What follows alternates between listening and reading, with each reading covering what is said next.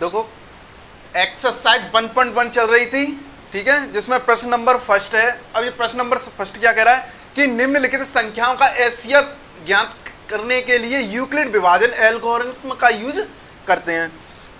अब यूक्लिड विभाजन प्रमेय का यूज करके अपन इसका एचसीएफ निकालते हैं, ठीक है। अब इसमें पता है कि अपन ने जो पहले एग्जांपल्स अपन कर चुके हैं उनमें क्या था, चरण बन रही थी, ठीक है। तो अपन चरण बनाते हैं, तो यहां लिखते हैं हल 135 और 225। अब इन दोनों में से क्या होता है, जो बड़ा नंबर होता है उसको ए मानते हैं और जो छोटा नंबर होता है उसको बी मानते हैं, ठीक है। अब ये इसमें बड़ा नंबर कौन सा है, 225। 225 इज ग्रेटर देन किससे, 135 से। अब क्या करते हैं, अब यहां नीचे लिखते हैं यूक्लिड विभाजन प्रमेय से।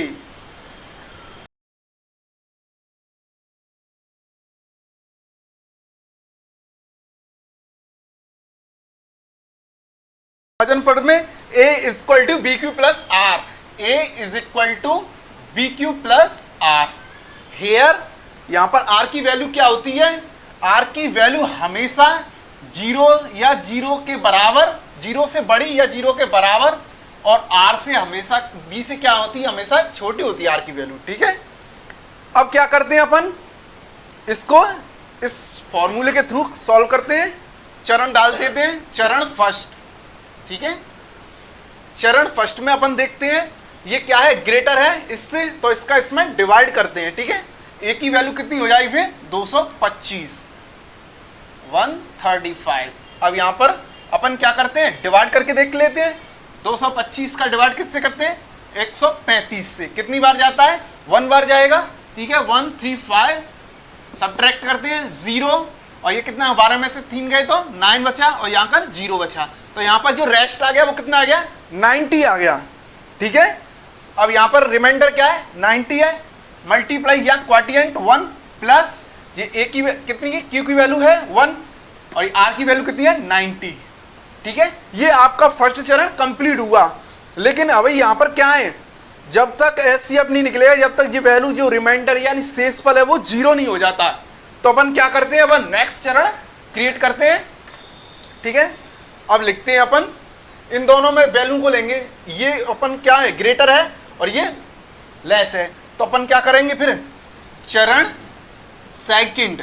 चरण सेकंड में क्या करते हैं, 135 इज ग्रेटर बट 90। अब 90 का क्या करते हैं, इसमें डिवाइड कर देते हैं, ठीक है। अलग से करके देख लेते हैं, 135 का 90 बिल्कुल बच्चों की तरह, यहां पर 135 का 90 से कितनी बार जाता है, अब डिवाइड करते हैं, कितनी बार जाता है, 1 बार जाता है, ठीक है, 90। अब क्या करते हैं, सब्ट्रैक्ट करते हैं, 5 में 5 बचा, यहाँ कितना हो गया, 30, ठीक है। यहाँ पर रिमाइंडर कितना आ गया,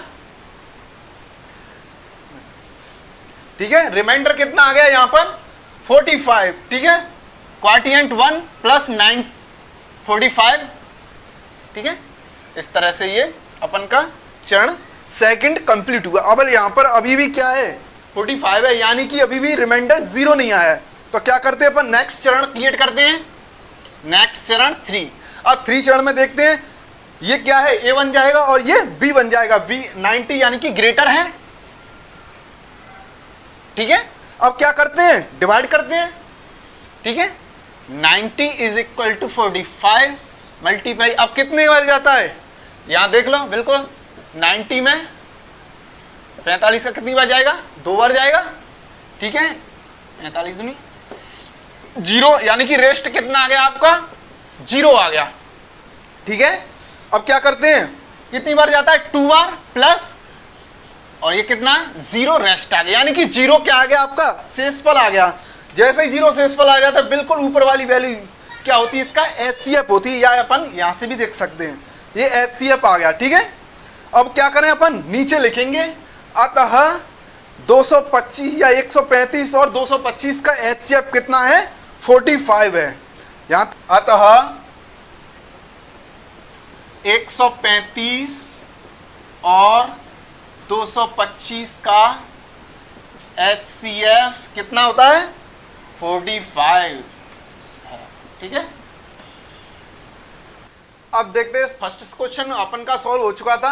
अब सेकंड क्वेश्चन है 196 और 38220 का अपन को क्या करना है, एस या फाइंड आउट करना है किससे, यूक्लिड विभाजन एल्गोरिथम्स में। ठीक है, यूक्लिड विभाजन प्रमेय का अपन यूज करते हैं। ठीक है, तो सबसे पहले क्या करते हैं अपन, जो बड़ी नंबर है उसको ए मानते हैं, सेकंड को बी मानते हैं। ये बड़ा नंबर है, इसमें क्या करेंगे, इस वैल्यू का डिवाइड करके देखेंगे। ठीक है, तो सबसे पहले अपन क्या करते हैं, यहाँ पर Euclid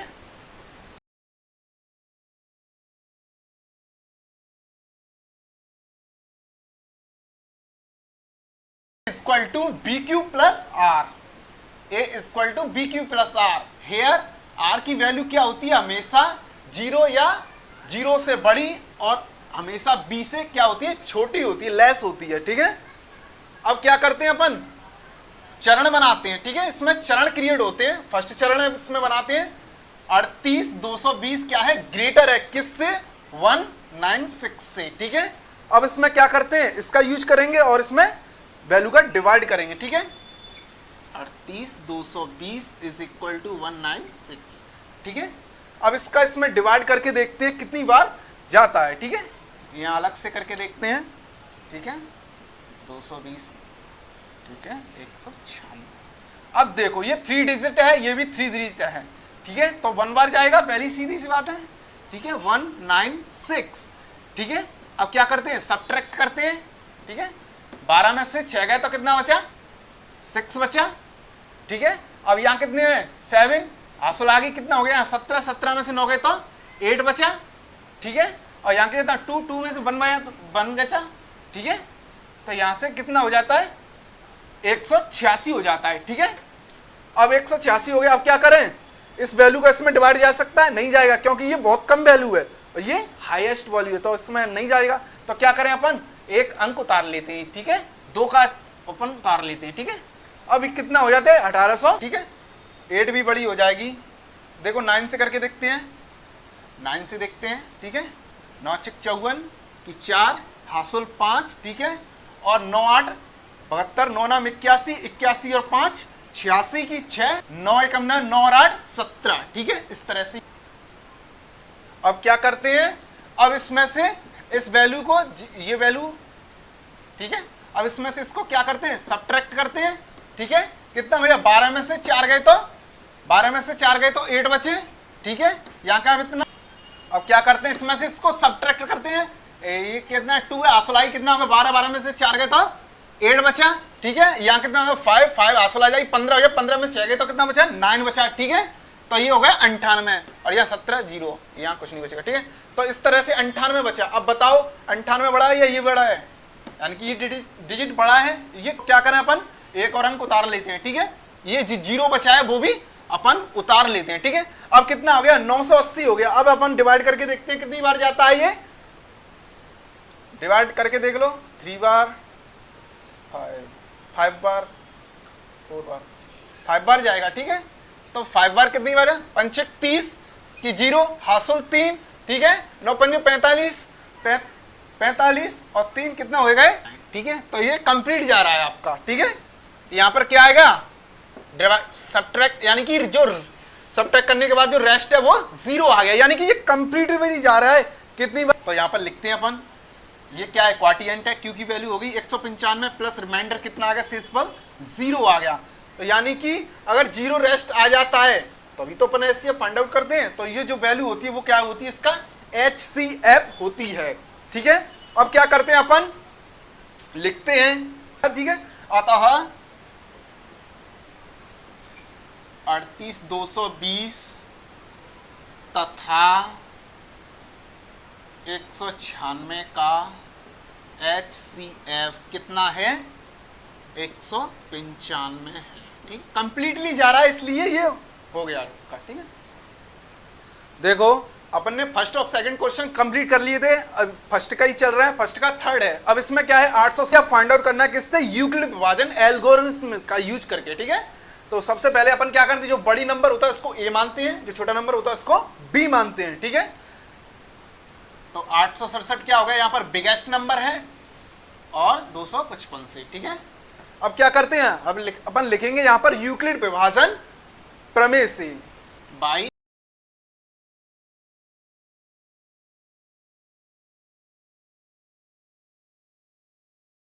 A is equal to B Q plus R, A is equal to B Q plus R. ठीक है, यहाँ पर R की जो वैल्यू होती है हमेशा क्या होती है, ग्रेटर देन होती है या इक्वल होगी किससे, 0 से, एंड लेस होगी किससे, B से। ठीक है, इस तरह से।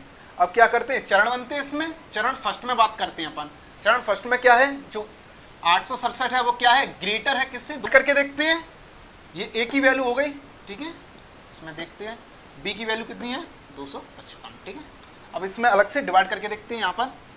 ठीक है, 867 और 255 से कितनी बार जाता है, 4 बार में 8 हो जाए, ज़्यादा हो जाएगा 4 बार में, 3 बार देखें, 3 बार में कितनी है, 5 15 की 5 असल 1 15 1 16 6 हासो 1। ठीक है, 3 दूनी 4 1 7। ठीक है, अब क्या करते हैं, इसको सब्ट्रैक्ट करते हैं।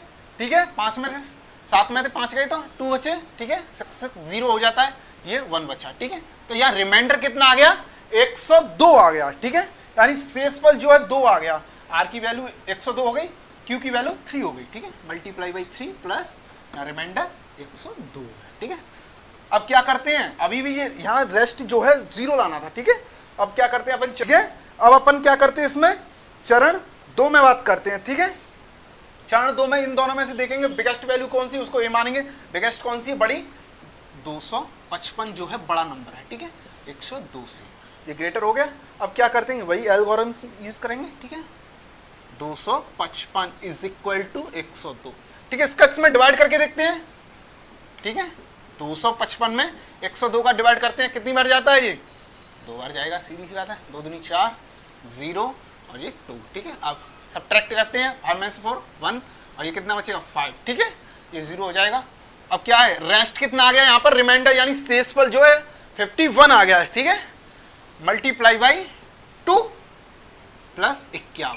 ठीक है, अब यहाँ पर शेषफल क्या आ गया है, अभी भी जो है 51 आया है। बेस्ट वैल्यू होगी या बड़ी वैल्यू होगी उसको ए मानेंगे, छोटी वैल्यू को बी मानेंगे। ठीक है, 102 क्या है यहाँ पर, बड़ा वैल्यू है 51 से। ठीक है, अब क्या करते हैं, डिवाइड करते हैं वही बच्चों की तरह।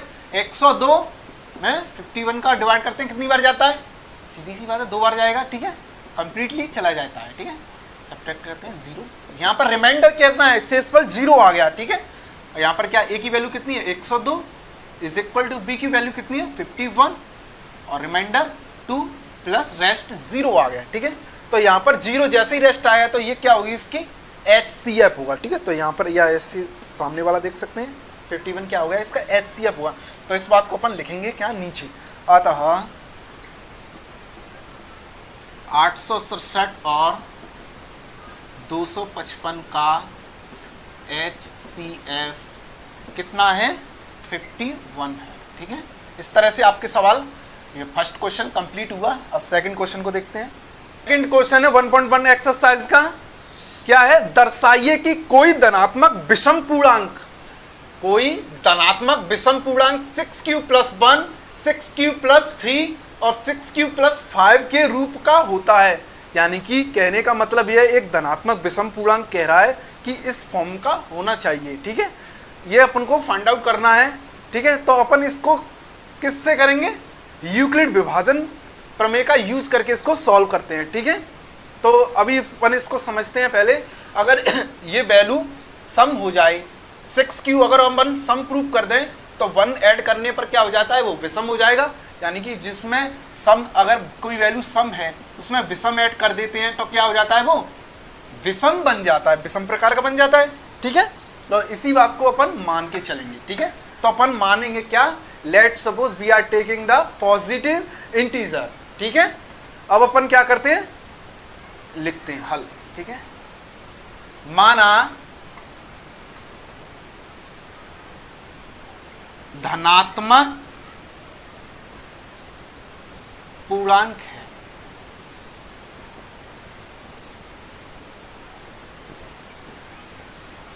अपन ने ए को क्या माना, एक धनात्मक पूर्णांक माना है। अभी सम है या विषम है ये अपन को मालूम नहीं है। ठीक है, अब क्या करते हैं, यहाँ पर बी लेते हैं। बी की वैल्यू क्या होगी, देखो सिमेट्री बननी है 6 6 6, तो 6 क्या ले लेते हैं अपन, बी की वैल्यू ले लेते हैं। ठीक है, अब यहां पर b की वैल्यू अपन ने ले ली। अब क्या करते हैं अपन, यूक्लिड विभाजन का प्रयोग करते हैं। ठीक है, अब यहां पर b ले ली अपन ने 6। अब यहां पर r की जो वैल्यू है वो किस प्रकार से होंगी, क्योंकि यूक्लिड विभाजन प्रमेय क्या बोलती है,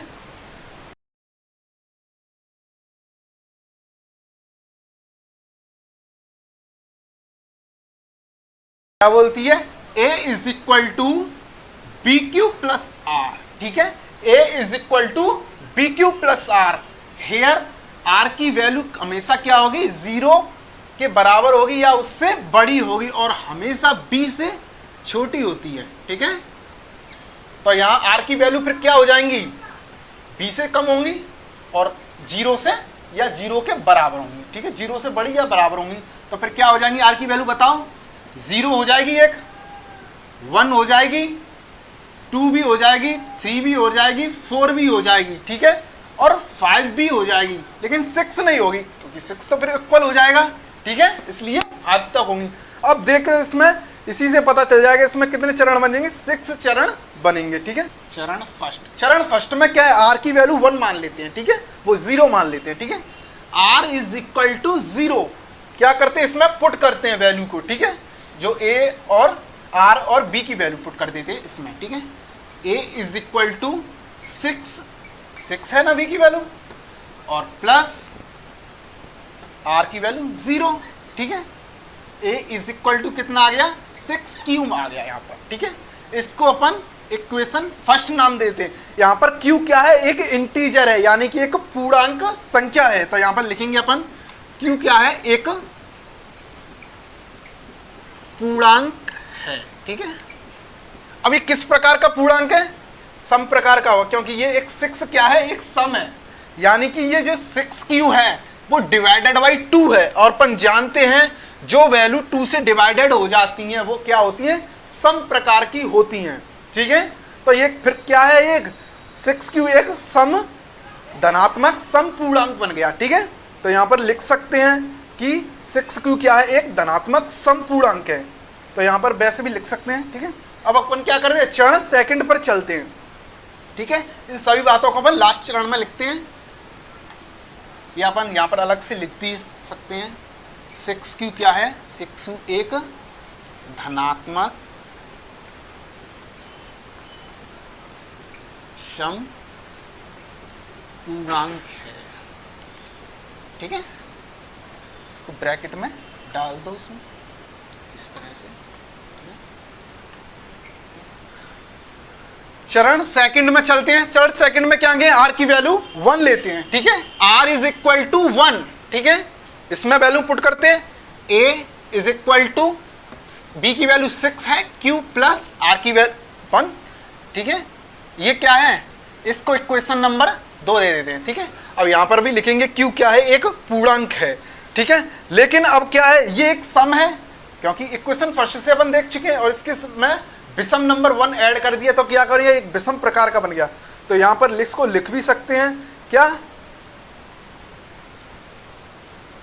6q प्लस 1 एक धनात्मक क्या है, विषम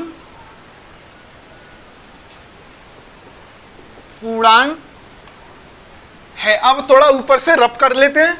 ठीक है, यहां पर आपके 2 चरण कंप्लीट हो चुके हैं। चरण थर्ड में r की वैल्यू कितनी लेनी है, 2 लेनी है। ठीक है, 1 ले चुके हैं, 0 ले चुके हैं, आप 2। तो a is equal to 6q plus 2। ठीक है, इसको क्या मान लेते हैं, इक्वेशन 3। ठीक है, यहां पर लिख सकते हैं कि q क्या है, एक पूर्णांक है। ठीक है, बार बार अपन को लिखने की जरूरत नहीं है इसको। ठीक है, तो q क्या है, एक पूर्णांक है। ठीक है, ये क्वेश्चन नंबर 3 हो गया। अब एक क्वेश्चन, अब ये क्या है, सम प्रकार का है कि विषम प्रकार का है, क्योंकि ये विषम प्रकार का हो नहीं सकता, क्योंकि इसमें पूरी संख्या में 2 का डिवाइड जा रहा है, यानी भाग जा रहा है 2 का।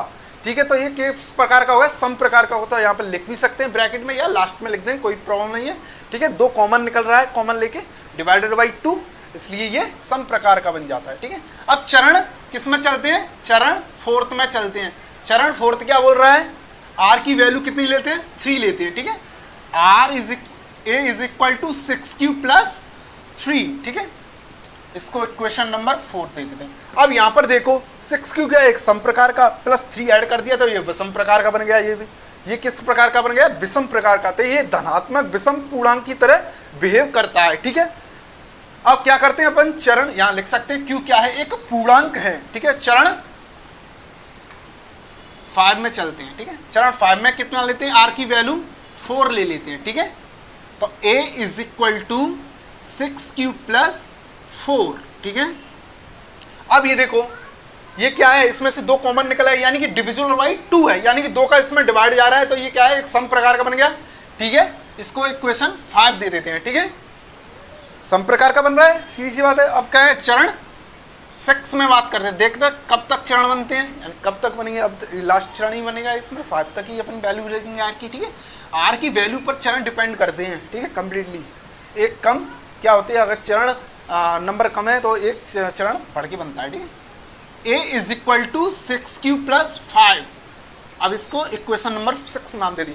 अब देखो इसमें ये क्या है, सम प्रकार का, प्लस 5 विषम है, तो सम प्लस विषम, विषम बन रहा है, ठीक है। तो ये किस प्रकार का बन गया, विषम प्रकार का बन गया, ठीक है। अब अपन नीचे इस बात को लिख सकते हैं, ठीक है, जो भी अपन का जो रिजल्ट निकला है, ठीक है। अतः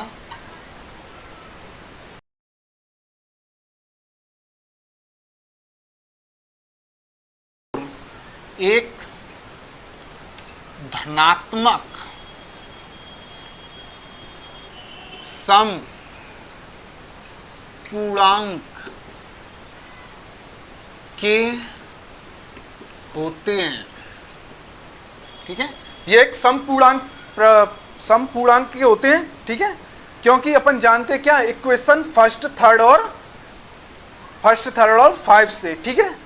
तो ये सम प्रकार के हो गए, तो फिर विषम प्रकार के कौन से बचे, सेकंड इक्वेशन और इक्वेशन 4 और इक्वेशन 6, जो कि विषम प्रकार के बने, ठीक है। अब यहां पर लिखेंगे इस प्रकार। अब अपन लिखते हैं क्या, धनात्मक विषम पूर्णांक की रूप के होते हैं। धनात्मक विषम पूर्णांक के रूप के होते हैं। इस तरह आपका सवाल जो है कंप्लीट हुआ। इसमें